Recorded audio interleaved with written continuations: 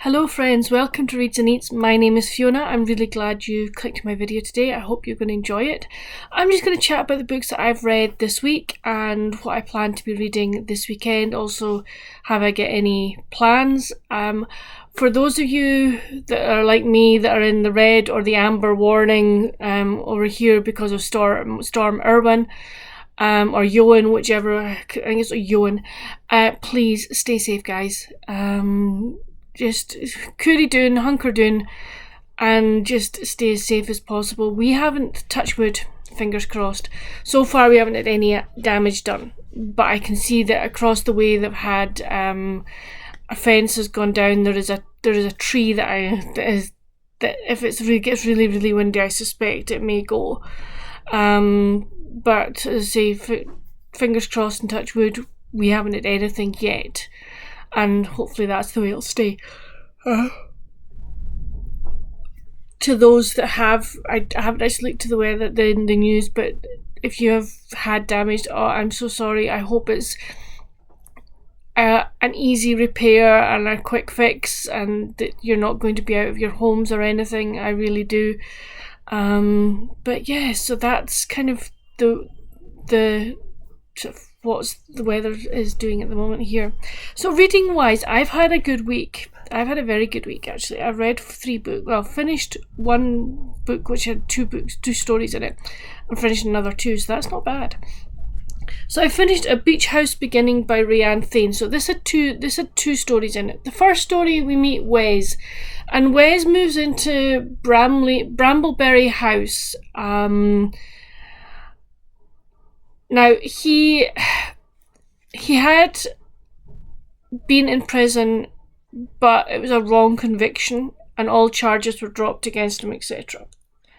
But he's like, on the outside, he's like this tough guy, rides a motorbike, got tattoos, you know. So almost like what you would call what they would term in the romance probably is a quintessential bad boy. Okay, he has that sort of look about him, but he's not. He is a gentle giant. He's a lovely man, and he and Jenna, who lives in the flat down with her daughter Adie, they live down the stairs from him. They become friends, but Jenna is very loath to get involved with anyone because of something that happened to her previously. And Wes is not looking for romance, but Wes ends up for a week or so looking after his daughter. His daughter lives with her mother and her soon-to-be stepfather. And Wes and his wife, his ex-wife, are still really close, so he kind of moved to the same area so that he could rebuild his relationship with his daughter. So he ends up looking after his daughter for about a week or so because mum and stepdad are going somewhere. And his daughter and Addie got on really well, and it's sort of kind of through their friendship that Wes and Jenna get to spend more time together, and it's a will they won't they. And it was lovely. It was really well written. I really enjoyed it. I gave it 4 out of 5. I'm molting, guys. Yeah. So that was the first story. In the second story, it was called Mother's Hope, and we meet Jace, and Jace, he used to be on the rodeo circuit, but then he then stopped and then went into, or something happened and he was in a building that there was a fire, and he got out, but some other people didn't, and he's having PTSD because of it. And he receives this phone call from a gentleman called Hank, who is a very good friend of his. I'm not too sure if he is related or not. I couldn't work that out. No, he was a rodeo promoter, and when he came out with the rodeo business, he started up a horse therapy centre for children with disabilities, with injuries, to try and help them, regain some freedom of, or in ways like that, or even just to help them. And Jace ends up going and helping out, and he meets this lady called Krista, and Krista recognizes who he is, but is like, no, I'm not going to do, I understand you're a bigwig, blah blah blah, I'm not going to be attracted to you. But her daughter Hope was injured, and badly injured, and she's having to learn to walk and never speak again. But she used to love horse riding, and Krista's been persuaded to take Hope to the therapy centre, and it just so happens that Hope is was a huge rodeo fan, and she had a sort of crush on Jace, and he ends up being her riding buddy, as it were. And it's the story of him trying to help Hope, but also possibly he and Krista trying to help each other as well. Again, another will they, won't they? It was really well written. I really, really enjoyed it. I thought it was well researched, and I really enjoyed, learning more about Hope, her abilities, and her abilities that are coming back because of the riding and because of the help that she's getting. I really, really enjoyed that. So overall, the book got a 4 out of 5. So I was really pleased with that one. I then read one of the books I got for Christmas from Mum and Dad, and that is Under the Christmas Moon by Brian Mooney. Isn't that a gorgeous fun cover? So in this book, we are in White River Junction, Vermont, and we are with the McGuire family, and every year the McGuires invite somebody who is stranded, either be it the local bus station, the local railway station, someone who's stranded, to come and spend the Christmas period with them. And this year, when they go to the railway station, they come upon Marine Sergeant Garrett Jackson, and he is trying to get home for Christmas, but it's just not happening. Like, flights are down, roads are closed, no rail, etc. So he accepts the McGuire's invitation to come and spend Christmas with them, and it's the story of him having what is really a family Christmas. Something he's not had for many, many years. And it's also, he has some big decisions to make. And could it be being with the McGuires is actually giving him the confidence and just the space he needs in order to make these decisions? There's also Megan McGuire, who is attracted to Garrett and finds him very easy to talk to, etc. But she is supposedly going out. Well, she's going out with this man who basically he puts work first before her, and something happens within his work situation that he just assumes that Megan is going to go, yes, I will do that. And it's like, will she or won't she? I really, really enjoyed it. I really like Brian Mooney's writing. I love the way he describes things, how his characters are always so believable, and you actually feel you are there with them. It was, I don't want to say too much about it because I don't want to give away the plot. But I loved the setting. The setting was really good. We also got some of the history of White River Junction as well, which I found was really interesting. I loved the small town vibe. It is just so delightful. And I just think small town America Christmas, it is done so, so well, that I adore it. And I gave that one, the Under the Christmas Moon, 4.5 out of 5, because I just enjoyed it so, so much. I have a number of Brian Mooney's books. I've read them all. I want to get more because I just really enjoy his writing so much. So I then picked up on my Kindle as I try and let's read some more off my Kindle. I read The Accidental Princess by Melissa McClone. This is the first in her... Now, hold on. I did take a picture of the thingy so I could tell you what it was called. It is called her Royal Duty series. It's a quartet, so we meet Miss Armstrong and Christina, and she is the most klutzy, accident-prone lady that you could ever imagine, okay?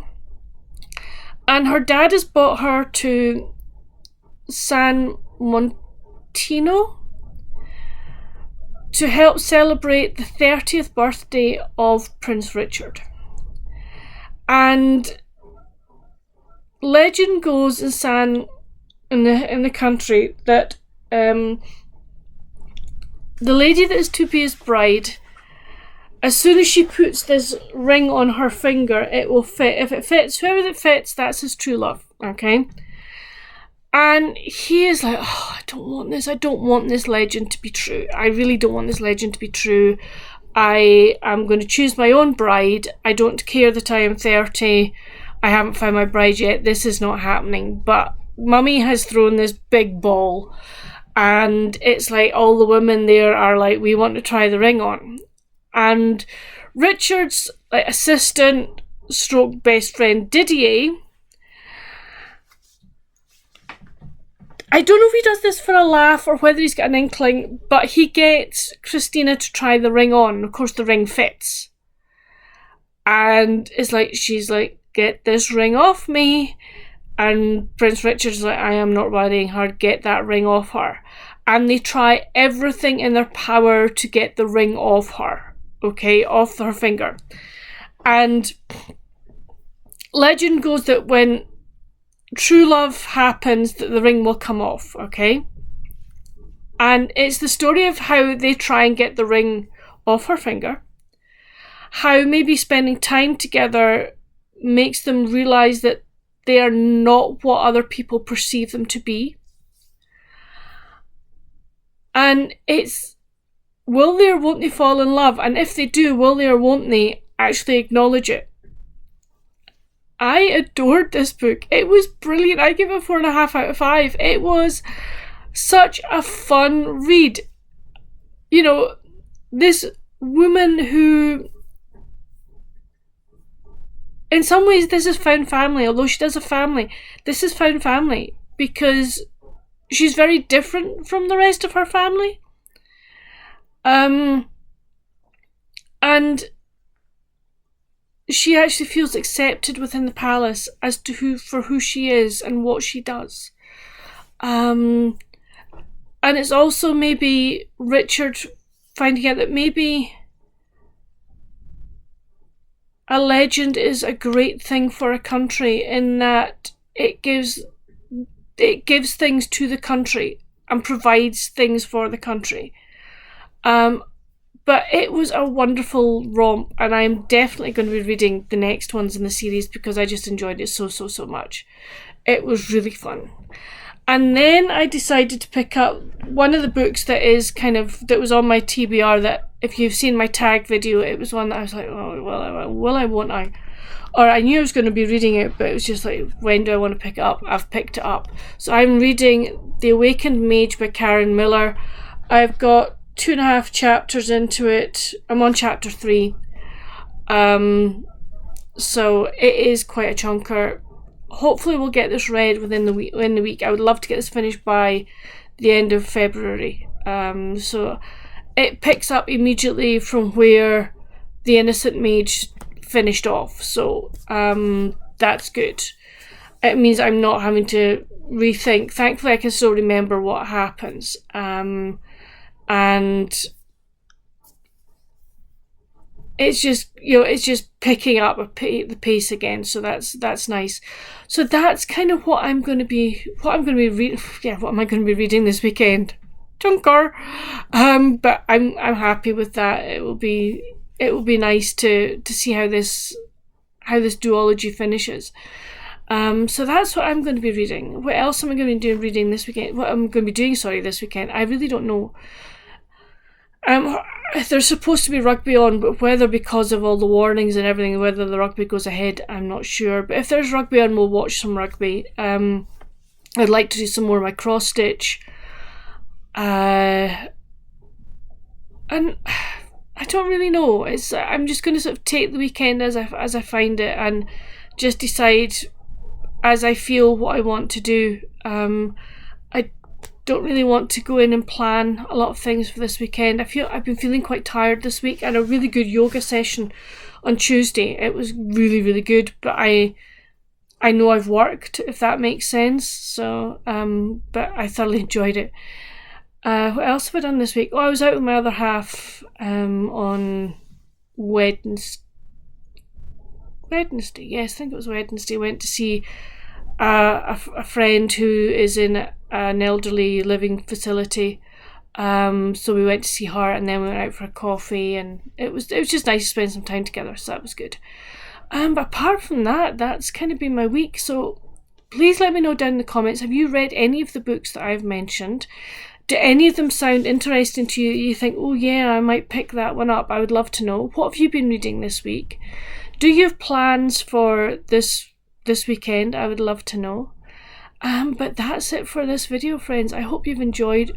But please, whatever you do, stay safe. You know, I'd rather people coolied in and stayed safe if they can. When all these warnings are around. But until my next video, friends, stay safe. Happy reading. Bye. Editing Fiona here. I forgot another book. How could I? It was Shady Hollow by Juno Black. I love this book. I give it 4.5 out of 5. We are introduced to Shady Hollow, all the characters that live there. And the Toad, Mr. Toad, is murdered. But was he really the intended victim? Or was it somebody else? And why? So we have the assistant police bear trying to investigate the murder.